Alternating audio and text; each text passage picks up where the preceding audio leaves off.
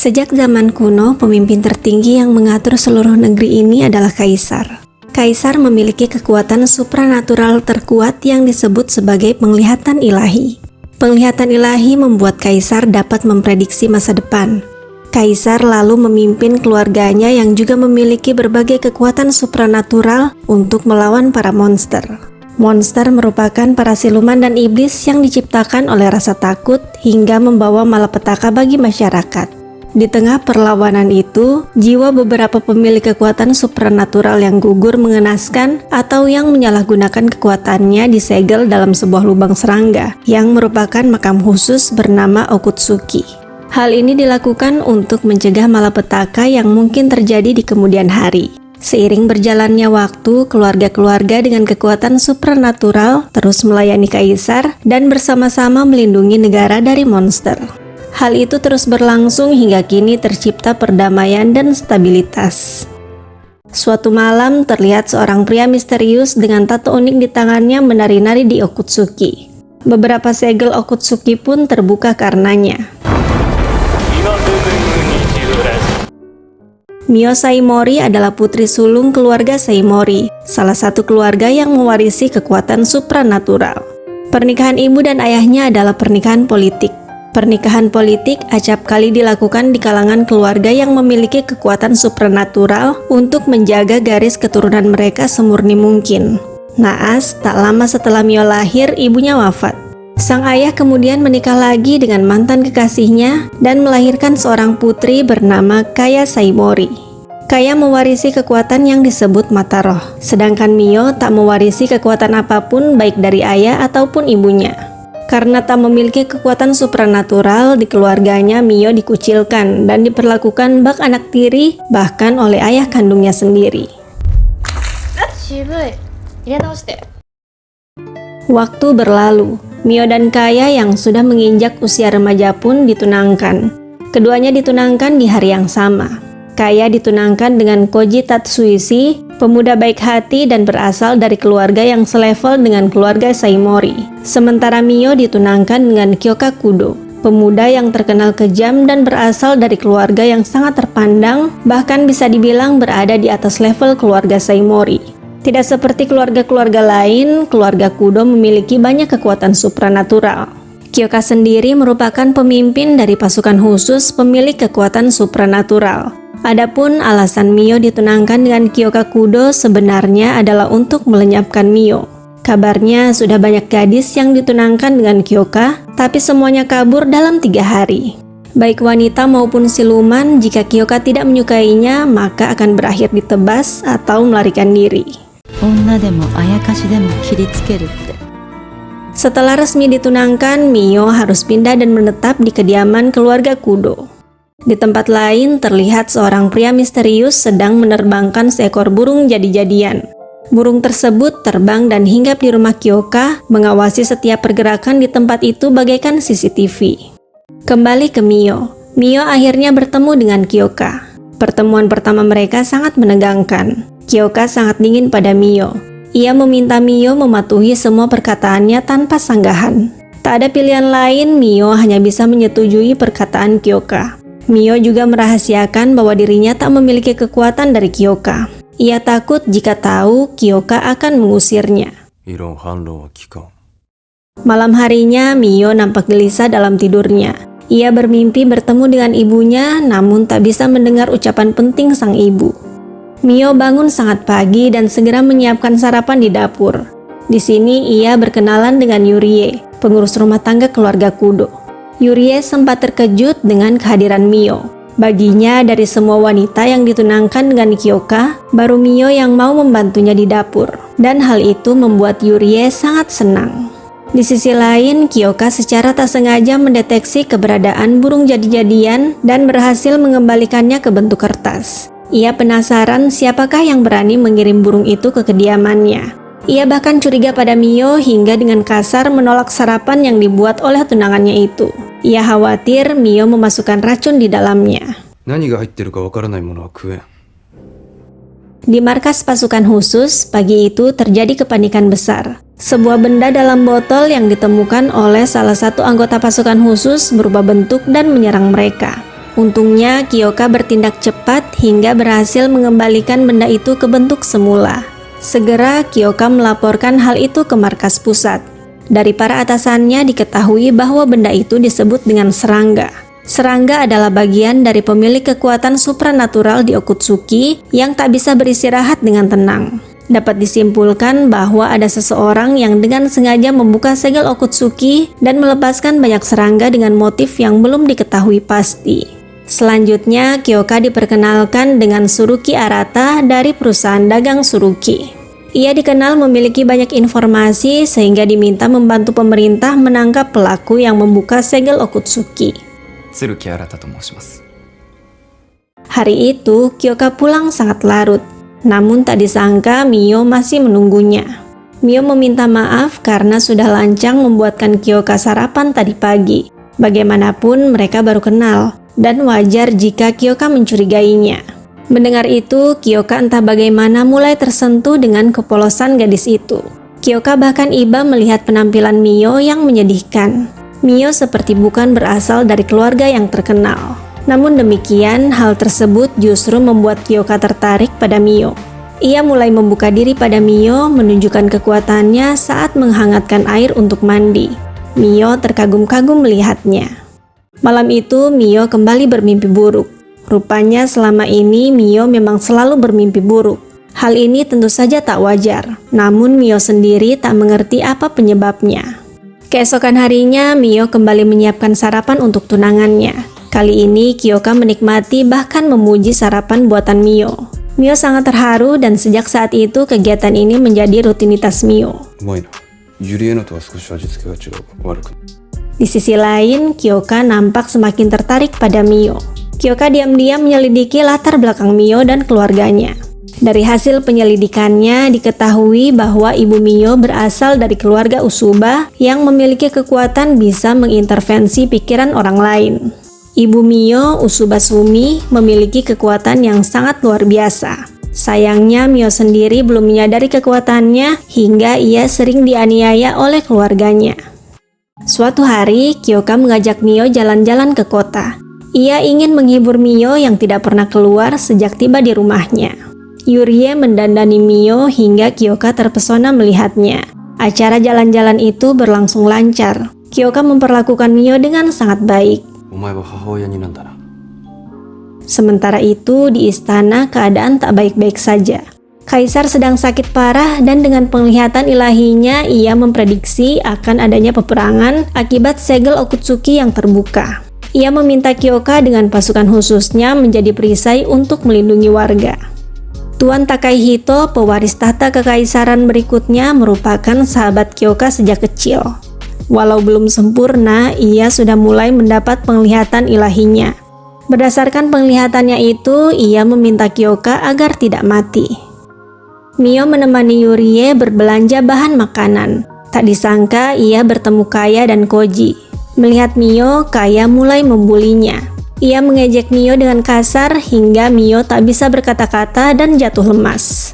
Saat itu, untung ada Arata Suruki yang entah bagaimana tiba-tiba datang menahan tubuh Mio. Arata berusaha menenangkan Mio. Tak lama Yurie datang. Saat Yurie akan berterima kasih pada Arata, pria itu sudah menghilang secara misterius. Malam itu, Mio kembali bermimpi buruk tentang masa kecilnya. Kyoka yang tak sengaja lewat mendengar igawan Mio. Kyoka mulai khawatir pada Mio. Karena kekhawatirannya, Kyoka pun mendatangkan mantan pengasuh Mio saat kecil, berharap hal itu bisa sedikit mengobati luka batin Mio. Mio sangat terharu dengan kebaikan hati Kyoka. Namun demikian, terus mendapatkan kebaikan dari Kyoka justru membuat Mio semakin merasa bersalah karena sudah merahasiakan bahwa dirinya tak memiliki kekuatan supranatural. Ia semakin merasa tak pantas berada di sisi Kyoka. Tak tahan, akhirnya Mio pun memberanikan diri untuk jujur pada Kyoka. Ia akhirnya memberitahu Kyoka bahwa ia tak mewarisi kekuatan apapun dari orang tuanya. Pendidikannya pun hanya sampai SD. Di keluarganya, ia dikucilkan dan diperlakukan layaknya pembantu. Oleh karenanya, ia merasa tak pantas untuk Kyoka. Ia benar-benar minta maaf dan berterima kasih atas segala kebaikan Kyoka. Sebagai wujud permintaan maaf dan rasa terima kasihnya, Mio dengan segala ketulusannya membuatkan pengikat rambut untuk Kyoka. Mio siap jika Kyoka mengusirnya atau bahkan menyuruhnya mati. Mendapatkan pengakuan dramatis dari Mio, bukannya marah, Kyoka dengan lembut malah tersenyum dan menyampaikan niatnya untuk mempersunting gadis itu secara resmi. Ia ingin Mio berada di sisinya selamanya. Kyoka lalu meminta Mio memasangkan ikat rambut yang dibuat gadis itu. Mio awalnya terkejut, namun berubah bahagia setelahnya. Terlihat bahwa keduanya sedang dilanda bunga-bunga asmara. Tak lama, untuk membuktikan ucapannya, Kyoka mulai menghadiahi Mio dengan berbagai hadiah, termasuk kimono sakura yang disukai Mio saat mereka jalan-jalan di kota dahulu, dan sisir sebagai simbol bahwa seorang pria ingin melamar seorang gadis. Mio terlihat malu namun sangat bahagia. Akan tetapi, di tengah kebahagiaan itu, tiba-tiba Mio diculik. Ayah Koji, tunangan Kaya, dan Kaya bersekongkol menculik Mio. Keduanya ingin agar pertunangan Mio dan Kyoka batal. Rupanya ayahnya Koji ingin Mio ditunangkan dengan putra sulungnya agar keluarga Tatsuishi memiliki darah Usuba. Dan Kaya ingin Kyoka menjadi tunangannya setelah tak sengaja melihat ketampanan pria itu.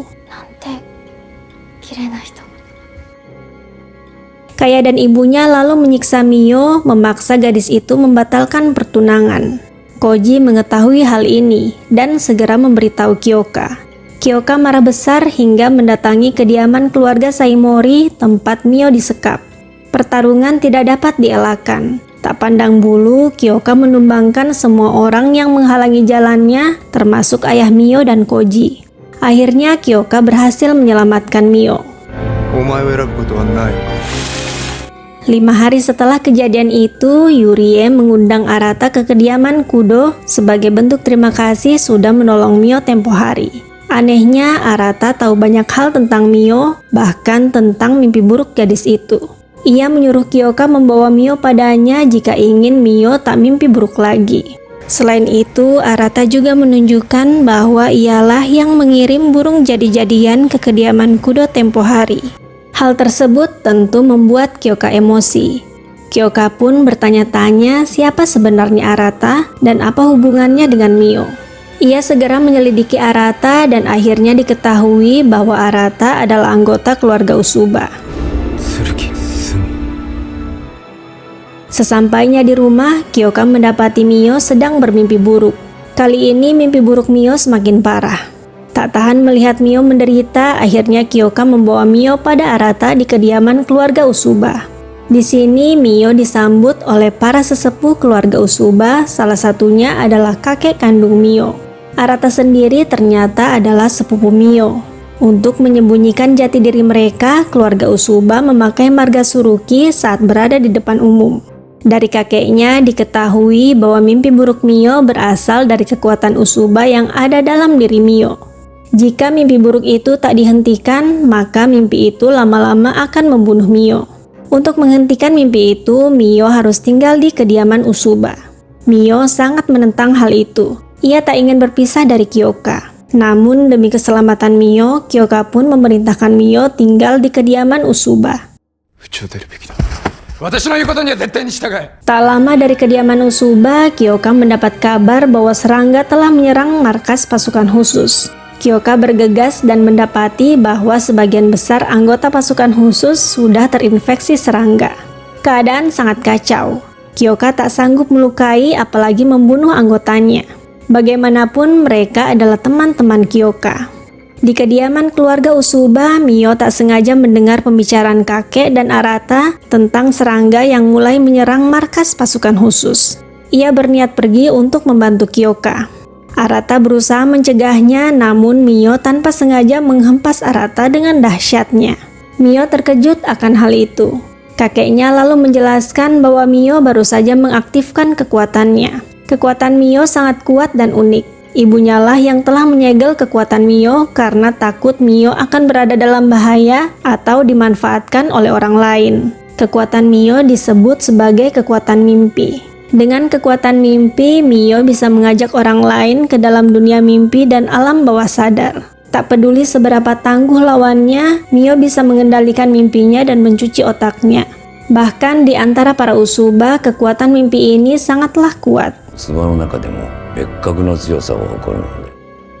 Di istana, seorang petinggi menjelaskan bahwa saat mengetahui adanya kekuatan mimpi, Kaisar pun ketakutan. Kaisar menyadari bahwa kekuatan penglihatan ilahinya tak sekuat kekuatan mimpi ini. Oleh karenanya, Kaisar memerintahkan klan Usuba untuk menahan Mio di kediaman mereka. Hal ini dilakukan agar Mio tidak bisa bertemu dan bersatu dengan Kyoka. Kaisar takut jika Kyoka dan Mio bersatu, maka kekuatan mereka akan menjadi ancaman dahsyat bagi Kaisar. Sejak awal, ternyata Kaisar telah merencanakan semuanya. Mulai dari memanfaatkan Okutsuki, hingga kini serangga menyerang markas pasukan khusus. Target utamanya adalah melenyapkan Kyoka. Tak lama setelah penjelasan itu, dokter istana yang memiliki tato unik di tangannya tiba-tiba menyuntikkan racun ke tubuh Kaisar hingga Kaisar mengembuskan nafas terakhir. Para petinggi dan Tuan Takahito sangat terkejut hingga tak bisa berbuat apa-apa. Semua berlangsung sangat cepat dan dokter istana itu pun menghilang dengan kekuatannya. Dokter istana tersebut rupanya adalah orang yang sama yang membuka segel Okutsuki. Kembali ke Mio. Mio tak peduli dengan perintah Kaisar atau apapun yang membahayakan nyawanya. Ia hanya ingin pergi membantu kekasih tercinta, Kyoka.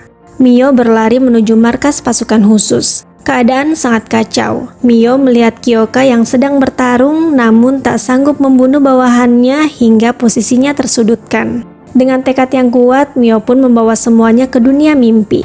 Ia lalu menyuruh Kyoka menebas bawahannya.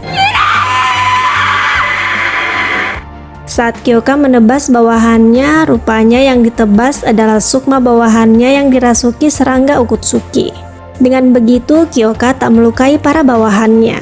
Di sisi lain, Mio semakin melemah, berusaha mengendalikan mimpinya. Ini adalah pengalaman pertamanya. Beruntung di saat genting itu, Mio mendapat bantuan dari sang ibu dan Arata. Akhirnya berhasil, mereka bisa mengalahkan para serangga Okutsuki. Pertempuran akhirnya usai. Negara kembali aman. Tuan Takahito naik tahta. Takahito meminta maaf pada Kyoka atas apa yang dilakukan Kaisar sebelumnya pada Kyoka dan Mio. Kyoka menaruh harapan besar pada Takahito agar memperbaiki kesalahan yang dilakukan kekaisaran sebelumnya. Mio menjemput Kyoka di gerbang istana. Mengenakan kimono bermotif sakura pemberian Kyoka, Mio terlihat sangat cantik. Keduanya pun pulang bersama dan di tengah hujan salju yang nampak indah, Kyoka pun melamar Mio, mengajak gadis itu untuk menikah dan hidup bersama. Mio pun langsung mengiyakan ajakan itu tanpa ragu. Keduanya terlihat sangat bahagia. Itulah My Happy Marriage. Tak peduli seberapa hebatnya kita, ketulusan adalah yang utama. Dari ketulusan akan lahir cinta yang berujung kebahagiaan.